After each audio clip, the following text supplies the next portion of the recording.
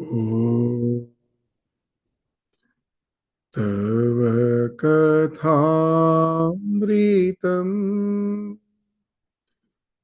तप्तजीवनम्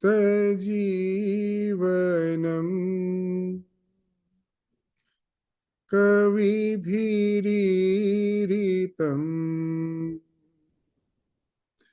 कल्मषापहम्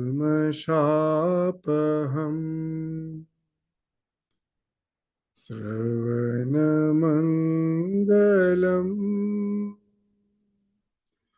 श्रीमदाततम्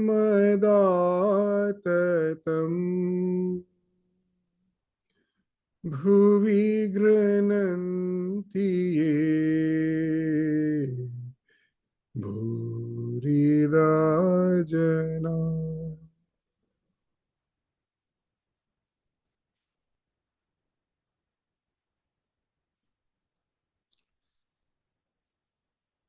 The Gospel of Sri Ramakrishna with the devotees at Dakshineshwar. So in the last class, we concluded our discussion with the highlight on the fact that this yearning for the spiritual realization alone, the intense yearning alone speaks of realization. The one who has that intense yearning, he will be realizing the spiritual truth soon. So what Sri Ramakrishna was speaking of, spiritual discipline is necessary in order to see God. I had to pass through very severe discipline. How many austerities I practiced under the bell tree.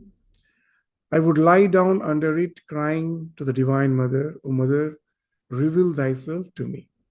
The tears would flow in torrents and soak my body. So that's the idea of Tibra Sangveganam Asanna. That the yearning, this speaks of our realization. As Sri Ramakrishna used to say, that the yearning is just like the red hue of the dawn sky.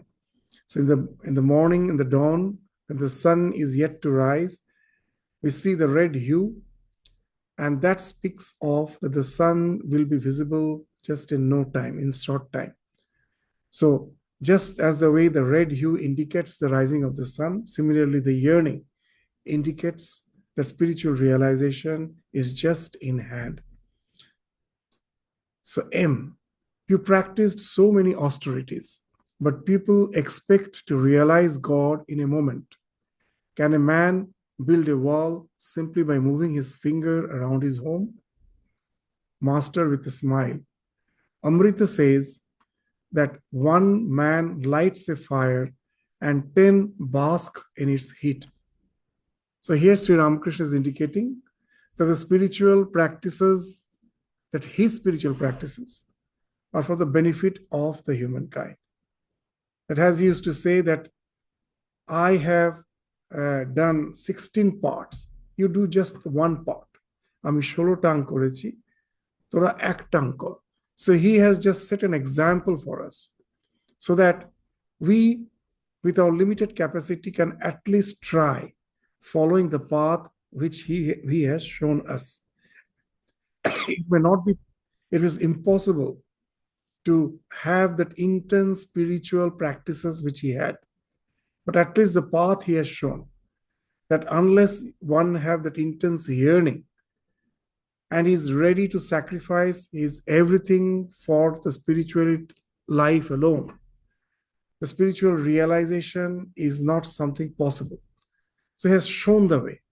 So he is like a ship that can carry many passengers.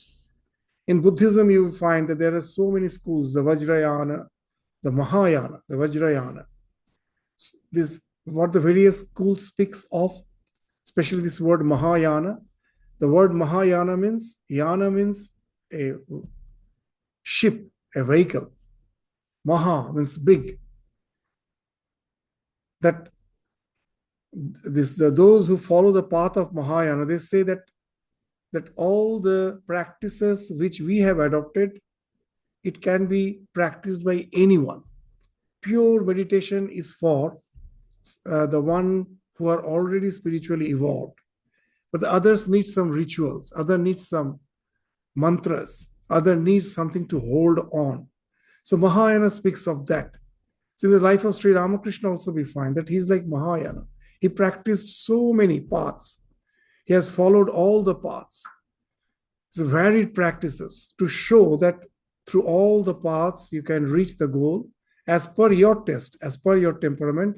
You need not have to practice all of them. Just hold on to one of the ideal at least as per your temperament, so that holding on to that you can reach the ultimate goal. So he has opened up the channels of all the spiritual paths by his practices in his own life. So that's what he's saying, that he has actually lighted the fire, the other can just bask on its heat. So others need not have to go through that intense discipline which he has gone through to set an example. I want to tell you something else. It is good to remain on the plane of the Leela after reaching the Nitya. So that's how the Avatar's Leela is accomplished.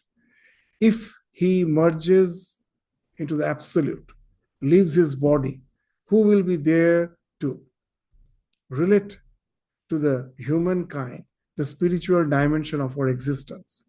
So they resort to the Leela, they come down, and their life is a Leela. Why it's a Leela? It's a sport, because no more the challenges are challenged to him. The life with all its challenges loses all its significance for a man of realization. He finds it's the divine alone who is sporting through all the phenomenon which is happening in this existence, all the happenings of this existence. So divine is playing through all the occurrences, all the incidences. Realizing that, he finds himself to be as if one with the divine, and he is also as if sporting. That Leela means sport. Why it is sport? Because he has no more that the feeling of this suffering, that the world is no more real to him. He knows that God alone is real. Everything else is just illusory. It's something virtual. And that's why he has a sense of sporting. Why he sports? So that he can come down to this level of phenomenal existence and help mankind to come out of this delusion. So that's why he's saying it is good to remain in the plane of Leela after reaching the Nitya. So he has attained that, and he comes down as an avatar to help out humankind in the path of spirituality. Let me tell you something. Whenever you come here, bring a trifle with you. Perhaps I shouldn't say it. It may look like egotism. I also told Adhar Sen that he should bring a pennyworth of something with him. I asked Bhavanath to bring a pennyworth of betel leaf. Bring Narendra here with you in a carriage, and also bring some sweets with you. It will do you good. So what he's saying is that yes, that it's a tradition that when we visit a holy man, we should take something. What's the idea? That it's not only for personal benefit I am going, that I have some inquiry, I go, or I want to be instructed in a particular spiritual path, that's why I go to the spiritual teacher, and there my responsibility ends. We should all remember that it is the responsibility of the society to keep this flame alight, the flame of spirituality. If this tradition is not kept alive, the entire humanity will be losing something which is the most vital for their existence. So this tradition has to be kept alive. For that, it has to be sustained. And that's why Sri Ramakrishna is saying that whenever you come to this holy place, bring something. With the idea that it is not that visiting a holy person should not merely for appreciating an idea or fulfilling some intellectual curiosity. It should also be inspired by a deeper commitment. There should be a deeper commitment of preserving the tradition. You have to preserve the tradition, ensure that it continues to serve and uplift the society for generations to come. So that is very important. That's what Sri Ramakrishna is indicating, that you have to sustain this. So bring something, whatever is penny worth of something, bring something whenever you come. So you'll find this even in the life of Swami Vivekananda. Very interesting incident. One day, Swami Vivekananda was passing through a forest, and the Raja of Khetri, he was guiding him. And as it was a forest path, there was no such defined roads. There were a lot of thorny bushes. Now the king, to make the way for Swami Vivekananda, was removing the thorny bush by his own hands, and in the process he started bleeding. Now Swamiji, of course, felt very embarrassed. After all, he's the king, and he was about to stop him from doing that. He was restricting him. And then the second thought came, no, this is what the tradition is. The society, the king, should protect the religious tradition, to preserve the religious tradition. It is their duty. It is not a question of my personal, this ego, that as he's removing the thorny bushes, as if he's serving me. No, he's serving the tradition. I shouldn't stop him doing that, because that way I won't be just doing justice to the tradition, because it is this tradition which enables the religious, the spiritual idea, the spiritual ideals to continue through the society for generations. They are kept alive through this tradition. So that's what Sri Ramakrishna is indicating. Very interesting what he's saying, that not only you bring food for me, what all the way you can help me? See, whenever you come here, bring Naren. When you come, you bring Naren with you in your carriage. What's the idea? So that also is a service. See, here the idea of continuation is there. That Naren is the next generation. What Sri Ramakrishna's idea he is going to keep alive through his direct disciples. Now they are all young boys. They do have no means for just paying for the carriage fees. Now, how will they come to Dakshineshwar? Just see, he's keeping the tradition alive. Ramakrishna, that way suggesting, bring them. Let them come here. Let them be influenced by these ideas, because it is they who will be continuing this tradition. So this is the idea which Sri Ramakrishna is indicating. That again, here it is what he's mentioning, that perhaps I shouldn't say it. It may look like egotism. That, as in the case of Swamiji also we saw, that it may look like egotism. That's why Swamiji was about to restrict the Raja. And the next moment, he found it is not me. It is just, I am just a channel through which the tradition is passing. So I shouldn't obstruct that. Let it flow. So that's what Sri Ramakrishna is indicating here. Sri Ramakrishna continues with his discussion. Knowledge and love, both are paths leading to God. Those who follow the path of love have to observe a little more outer purity. But the violation of this by a man following the path of knowledge cannot injure him. It is destroyed in the fire of knowledge. Even a banana tree is burnt up when it is thrown into a roaring fire. So yes, when we read these words, it may be a bit confusing that the one, a jnani, for him does not the code of conduct applies. It's not, that's what Sri Ramakrishna is indicating. Let us try to understand what he's saying. A bhakta, what is his approach? He thinks that he still continues with his deha buddhi, that he is this body. And how he thinks about his body, that his body is the shrine within which the Lord is enshrined. That Lord is the dehi, and this is the deha. So it is just like a shrine. The body has to be kept clean. It has to be, that you have to get rid of when you're taking food. There are so many doshas the bhaktas speak of. Jati dosha, nimitta dosha, asraya dosha. What is jati dosha?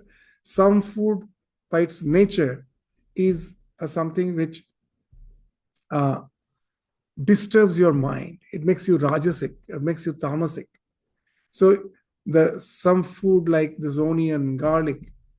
So these are the foods you have to avoid, jati dosha. And then there is certain called asraya dosha, that the food, it is best, you will find that those who are Vaishnavas, there's a difference in the practice. They as bhiksha will take uncooked food so that they can cook food themselves. Why? Because I don't know the character of the person who is cooking. That asraya dosha, if the character of that person is not good, is an unholy person, that affects the psyche of the person who is going to feed, who is going to have that food. So asraya dosha has to be avoided. Jati dosha, the type of food has to be avoided. Nimitta dosha. Nimitta dosha speaks of that natural impurities, like if I keep the food open, it will get infected by the germs, by the dust. So this speaks of the nimitta. By its association, it gets impure. So I have to be careful about it. So all this speaks of meticulous practice of certain disciplines. Bhakta has to go through that. But a jnani, a sannyasi, he is the idea, he is the Atman. This body has to go through it has to leave because of, as long as its prarabdha is not exhausted, it will continue. So it goes for, but at the same time, he has renounced all actions because the Atman is nishkriya, he's beyond all action. So what he does, he goes out for bhiksha. But his bhiksha is different. As he's not going to cook his own food, he will ask for cooked food. He will never take this, just like a bhakta, the raw materials. Just see, this is the difference in the practice. For a bhakta, his bhiksha is just the groceries. He will cook himself. And for a sannyasi, jnani, he will go for the cooked food. So here you see there is actually a difference in the behavioral pattern. So here he is not so meticulous about who has cooked the food, whether it has been cooked very purely and all. No, this body has to be sustained. For that I have the bhiksha, but I am the Atman, I am the self. So because of this difference in this paradigm, there is a subtle difference in the mode of behavior. But as per the moral code of conduct, moral codes are considered, are taken into consideration. There cannot be any laxity even for a jnani. It's impossible. That when Sri Ramakrishna is saying that, even in the gospel you will find, when someone says that Naren has taken some food which is not that pure, Sri Ramakrishna says, for him you need not bother. And it doesn't matter. He is the fire of knowledge which is burning within him will just simply remove all the impurities into ashes. So you will find that it is something very secondary details he's speaking of. It is not the question of compromising with purity and chastity, which are the basic the foundation of spiritual life. There's yama, this shama, dhamma, controlling of the mind, controlling of the senses. Even for the jnani, the sadhana chatushtaya is a must. So it is not that he's speaking of that violation. The violation speaks of some secondary norms. As per the food habits are concerned, this violation for the jnani doesn't harm him.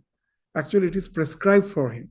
And for a bhakta, as he still has the sense that this is the body, I am still attached to the body, and the Lord is seated enshrined in the heart. So this body is just like the shrine. Just the way I keep the shrine clean, it has to be kept clean. Even it has to be decorated, there has to be some marks. All those things, a bhakta, as per his belief, he follows certain behavioral pattern. And the jnani follows certain behavioral pattern. And it may appear that the jnani is, to a certain extent, enjoying the laxity of all those, the strict behavioral discipline. But as per the primary, the core, as Sri Ramakrishna used to say, that for spirituality, this without this renunciation of lust and gold, we can never think of spirituality. So there cannot be any laxity. So when he's speaking, but the violation of this by a man following the path of knowledge cannot injure him. It is just the secondary behavioral pattern which he's speaking of, not the core moral conduct that cannot be compromised for either a bhakta or a jnani. So jnanis follow the path of discriminations. So now after that again he's warning that jnani, though he may not follow certain secondary behavioral pattern, but as per the primary thing, that to hold on to certain discipline is very important, that he's indicating in his next discussion. What he's saying, the jnanis follow the path of discrimination. Sometimes it happens that discriminating between the real and the unreal, a man loses his faith in the existence of God. But a devotee who sincerely yearns for God does not give up his meditation, even though he is invaded by atheistic ideas. A man whose father and grandfather have been farmers continues his farming even though he doesn't get any crop in a year of drought. So what he's saying, the jnanis who follow the path of discrimination, that everything else transitory, only the consciousness is real. So if for a devotee, even God is, what you say, that a product of Maya. A devotee, just hearing that, will feel it is sacrilegious. But for in the path of jnana, that as long as because of ignorance, the ultimate conscious principle in one polarity is appearing as the creator, as the God, in another polarity is appearing as the created. The moment the ignorance is gone, God is gone, even the world existence is gone. So in ultimate sense, for a jnani, even God is not something which is the absolute reality. In the word, very nicely, Swami Vivekananda described this idea of jnana when he visited the Niagara Falls. He saw that there is rainbow in the sky always throughout the day. The Niagara Falls, you will find that there is a rainbow visible throughout the day. Seeing the rainbow, Swamiji said that rainbow is like God, the sun is Brahman, and the falls is the world. What's the idea? That as long as the falls is there, the rainbow is there on the sky. The fall is constantly moving, but the rainbow is fixed. The sun is fixed. Something permanent, something unmoving is being reflected on the falls, is appearing as something again unmoving. So in Advaita Vedanta, God is the highest reading of the absolute. So with my mind, I cannot in no way even conceive of that absolute reality. So the highest thing which I can conceive of is the idea of God.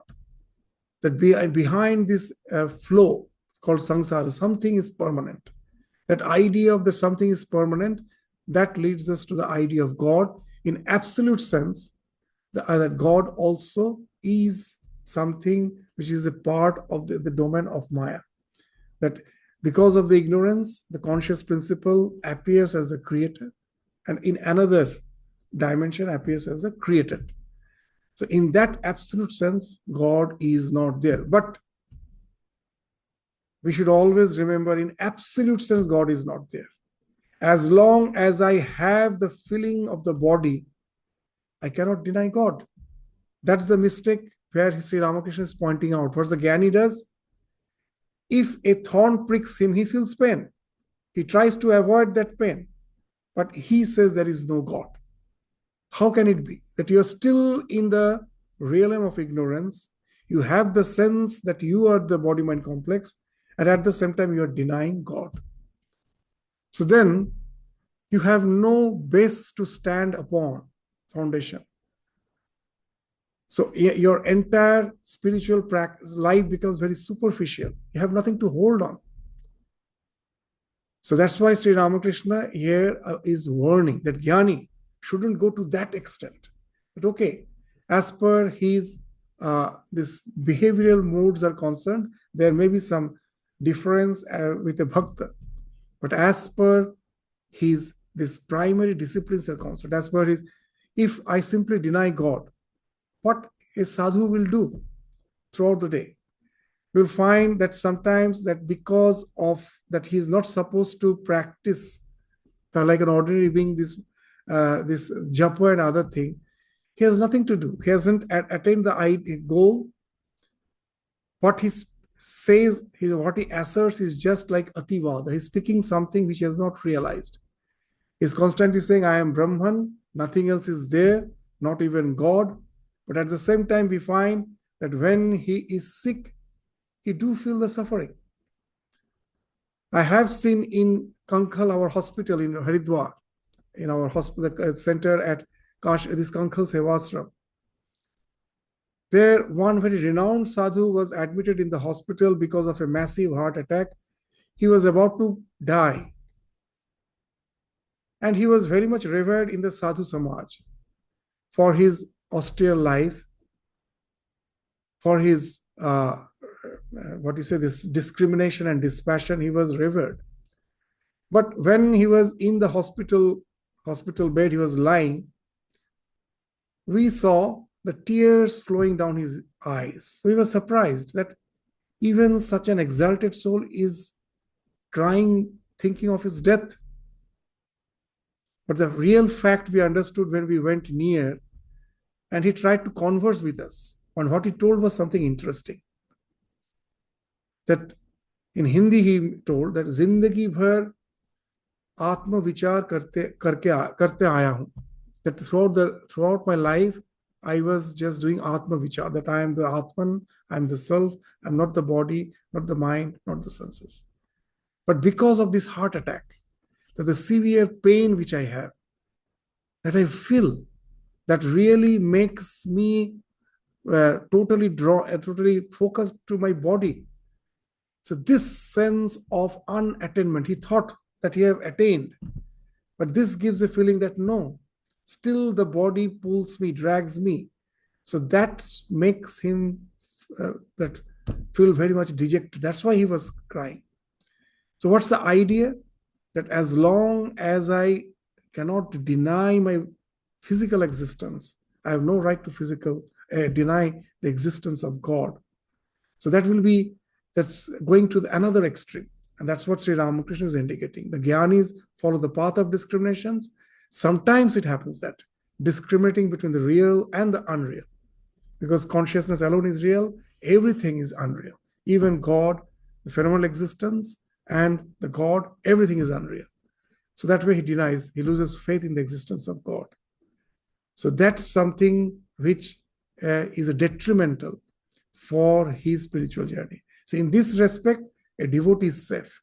What he's saying, but a devotee who sincerely yearns for God does not give up his meditation, even though he is invaded by atheistic ideas. A man whose father and grandfather have been farmers continues his farming, even though he doesn't get any crop in a year or drought. So that's the idea, that he has been instructed by his guru, spiritual teacher, to practice meditation every day by resorting to the name of the Lord, a particular aspect of the divinity, a particular form. And most probably he doesn't get any taste of what he's doing. But as he has faith in the words of Guru, whether he gets any test or not, he continues with his practice unwaveringly. Just as has been instructed by the Guru, he is just like that traditional farmer. Here Sri Ramakrishna is indicating some parable which he has spoken of in some other context. What? That a traditional farmer for generations together are farmer. So they have been instructed by their forefathers that Every year at a particular time, plow the land. Don't listen to the weather forecast. The whether it's going to rain or not, don't listen to that. Just plow your land. And so this one traditional farmer plows the land. He has heard the instruction from his fathers, his forefathers, and he follows that. And someone who has just resorted to farming very recently, it's not something traditional. He has purchased some land and he thought that let me take this cultivation as a profession. So he's not a traditional farmer. So he resorts to this weather forecast where it is mentioned that this year is going to be drought, and he doesn't plow the land. And now the weather forecast proves to be false. There's a torrential rain. Then who will benefit? The one who has plowed the land. So the idea is there is something in spiritual life which is not in my hand. The grace of the God, the grace of the divine. When it will dawn upon me, I don't know. Grace comes in what way? As all the favorable circumstances, which really can help me to just very speedily progress in my spiritual path. So it's not coming. I'm not getting any devotion. So the grace factor is not in my hand. But what is in my hand? To plow the land. So Purushakar, what I have to do, let me continue with that. Let me have the faith in the words of Guru. God is, though I may not feel him in my meditation, though I may not have developed any bhakti, devotion for him, but having faith in the words of Guru, I continue with my practice. Though it's like a drought, that this plowing of the land is not helping. This doing this japa meditations are like the plowing of the land. It's not helping. But he continues. Knowing for certain the other factor, the grace, which is not in his hand. We don't know when it will come. We should be prepared for it. So that's what, so they are always holding on to, the devotee is holding on to something. He is not like that one, a jnani, superficial jnani, who thinks I have attained everything. I am Atman, everything else is false. So why to go through all these rituals, everything? Just to be established in the idea that I am self, and it is just mere words. You have not realized it.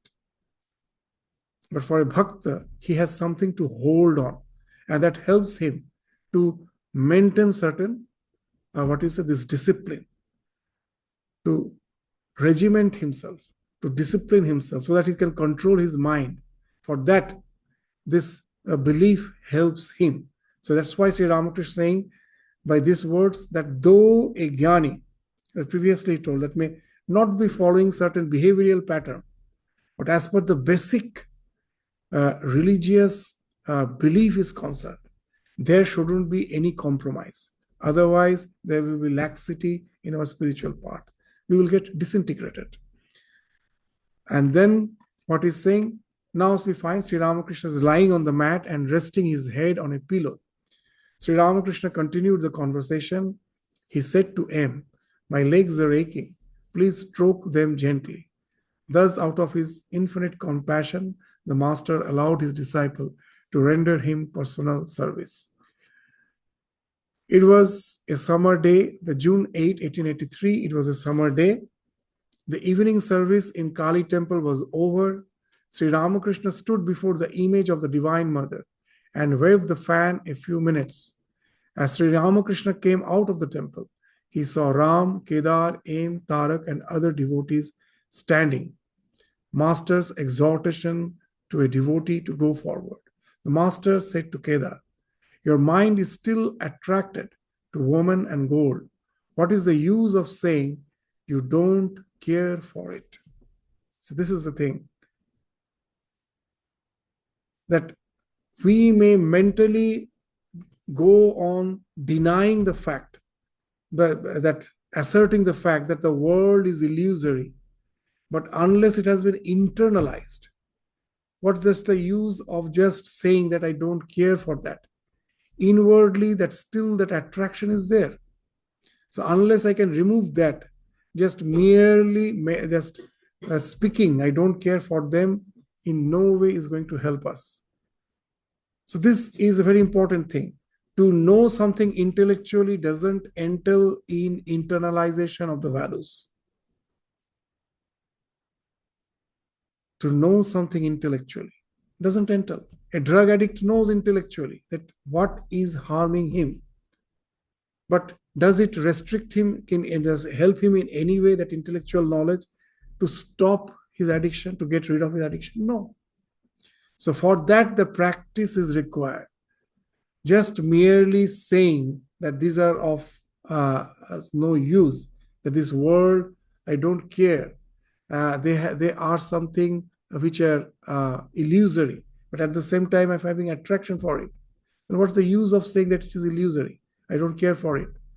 They're attracting you. So this internalization of the values, that I have, my reflexes has to be changed.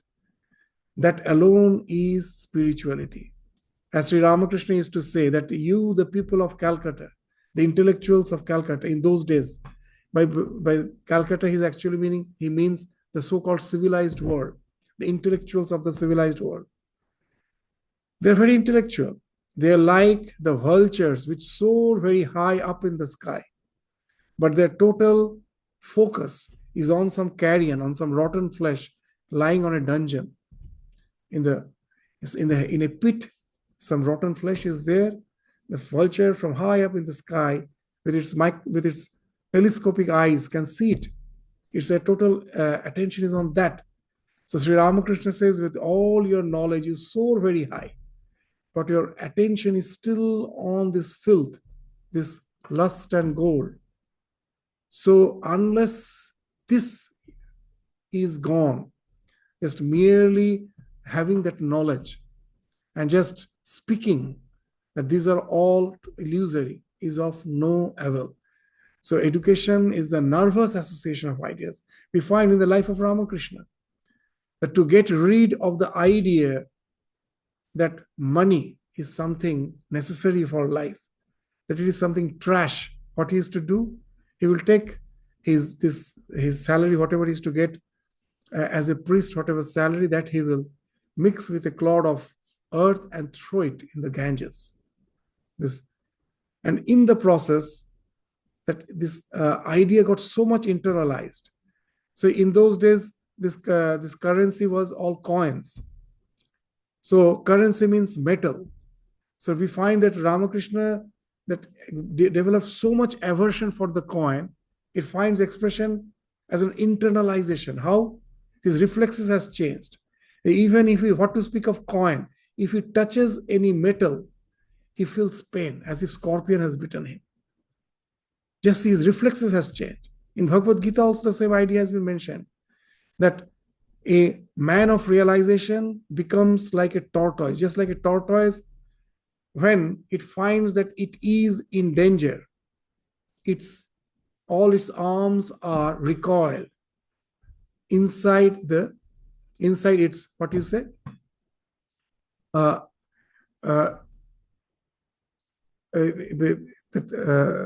covering, the shell. It is all recoiled. He recoils everything inside its shell. So kurmongani va sarvasha. This indriyas for us, when it comes in association with the sense objects, for us the reflex is different. It is drawn towards that. And for a man of realization, it simply gets recoiled. In the life of Ramakrishna, we see that it is a fact. It's the words of the Gita is finding expression through his life, that his senses gets recoiled by the touch of metal. What it speaks of the internalization of value. So unless that has happened, unless the idea, there's a nervous association of the ideas has become associated with your nerves, it's no education at all. It's no spirituality at all. And that's what he's speaking and saying to Kedar, that your mind is still attracted by woman and gold. What is the use of saying you don't care for it? Go forward. Beyond the forest of sandalwood, there are many more things, mines of silver, gold, diamonds, and other precious stones. Having a glimpse of spirituality, don't think you have attained everything. So actually, Sri Ramakrishna again here, he's relating to some parables he has spoken in some other context. What's that parable? That there was a poor woodcutter. There was a very poor woodcutter. He used to every day go to the forest, just the fringes of the forest. Never used to go into the deep into the forest. Just he will go to the fringes of the forest and he will cut some firewood and make a bundle of it and go to the local village market and sell those firewoods. And whatever meager income he had, with that he used to sustain himself. And one day when he was cutting those firewood, some brahmachari, a holy person, came from the deep, came from within the forest, from deep within the forest. And he saw this poor woodcutter just cutting this firewood. He told, why don't you go deep inside the forest? Go forward. Just don't stop at the fringes. Go deep, go forward. So then the brahmachari left. And this woodcutter, still he was continuing to cut that this firewood and was selling. And then suddenly one day the thought came. The brahmachari told me to go forward. Why not go a bit deep inside the jungle, the forest? So he went deep inside the forest and he was amazed.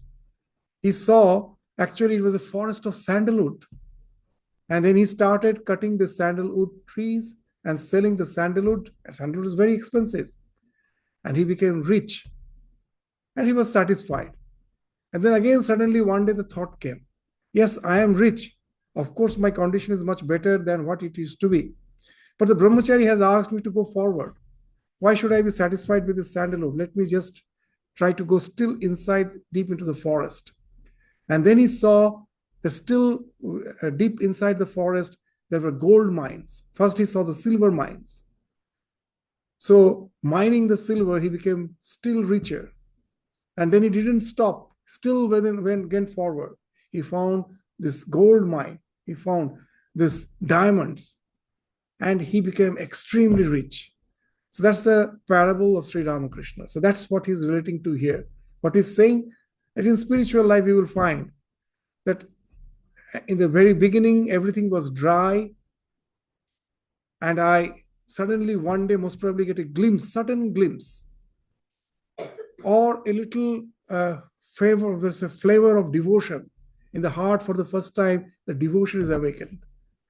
And I make it a point to go and just declare to the world, oh, what a wonderful thing. I have such and such experience. So our spirituality gets stopped there. Why?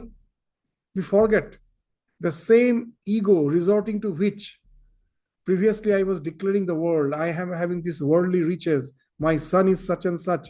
These were all worldly attachments. My ego was attached to all those things. The same ego is now attached to, oh, I have realized something. And I go on declaring. Whenever I get chance, I will make a point. And that's why you will find that all the religious or this traditions where there is a scope for just relating your experiences, there will be a huge crowd because it creates a mass hysteria. Everyone gets a chance to speak out his realization. And that's how they try to pamper their ego, not only pamper their ego, that it leads to hypocrisy. When you say, I have realized, the other person, even if he doesn't have realization, to have a sense of that identity, oh, I am also something great. He also starts speaking. Who knows the truth behind what they're saying? And that leads in hypocrisy, and that stops our spiritual journey there itself. So we'll be just making this big claims. So that's why even in the Bible, we find Jesus is saying that when you go and pray to the Lord, do it in such a way that no one sees you in the corner. Your worship should be something secret and sacred. That's what in our tradition also we find. We find that that Sri Ramakrishna again and again used to discourage others to relate his realization. Keep it within you. He used to sing a song, this Apnate apni theko jeo nako karo ghore, যা চাবি সব খুঁজে পাবি, খোঁজো নিজ অন্তঃপুরে। That try to dive within. So this is the idea. Does not go on relating your spiritual experiences. So this is the thing, and don't be satisfied with what little spiritual this realization or some spiritual what you say that uh, some flashes you have got. Don't be satisfied and just think that's the be all and end all of your spirituality. You get stuck up there, you will never progress. So go forward. Don't be satisfied with the little devotion which has dawned on you, or some little realization. This Kedar had some realization and he started preaching. That's the background. Sri Ram, that here, when you read these words, you may find why Sri Ramakrishna is saying this to Kedar. But Kedar is to come to Sri Ramakrishna, and he had some sort of realization and he started preaching. And that's why Sri Ramakrishna is just warning him. But he's saying, go forward. Beyond the forest of sandalwood, there are many more things, mines of silver, gold, diamonds, and other precious stones. Having a glimpse of spirituality, don't think you have attained everything. So we will find even in Patanjali Yoga Sutra, there are 4 chapters. The 3rd chapter deals with vibhutis, all sorts of siddhis, all sorts of attainments. And many think that they are there to show us how to attain those siddhis. But if you read the Yoga Sutra along with its commentary carefully, actually after the practices, the siddhis has been spoken of before it goes to the final chapter, which speaks of moksha, kaivalya, the highest spiritual attainment. Why they speak of siddhi before that? Because the siddhis in your spiritual life, the siddhis do come spontaneously, naturally, before your final illumination comes. They come. So you shouldn't be sidetracked by them, deviated, but your attention shouldn't be diverted by them. Your focus should be for the illumination. So that's why Yoga Sutra is describing them, that these all comes. Is not that you have to attain. They will come on your spiritual journey. They are not for attaining or getting stuck up there. These are just the milestones. This indicates that you are progressing. But don't get stuck up there. Don't take the milestone as destination. That's why the Vibhuti Yoga comes as the 3rd chapter before it goes to the final chapter of Kaivalya Pada. These comes as some indications that you're progressing. Don't get stuck up there. Go forward, and then only you can attain that Kaivalya, the liberation. So that's what Sri Ramakrishna is also indicating here. That don't get stuck up with these little vibhutis which you get in your spiritual journey. So they are something trash. Just like if for a spiritual person, just the way all the worldly attachments they consider as them as trash, all these vibhutis also has to be considered as trash. Don't get stuck up with them till you attain that final spiritual illumination. So devotees from Sunday, June 10, 1883, the master was sitting in his room with Rakhal, Aim, Latu, Kishori, Ramlal, Hajra, and other devotees. It was about 10 o'clock in the morning. The devotees from Manirampur asked the master how to realize God.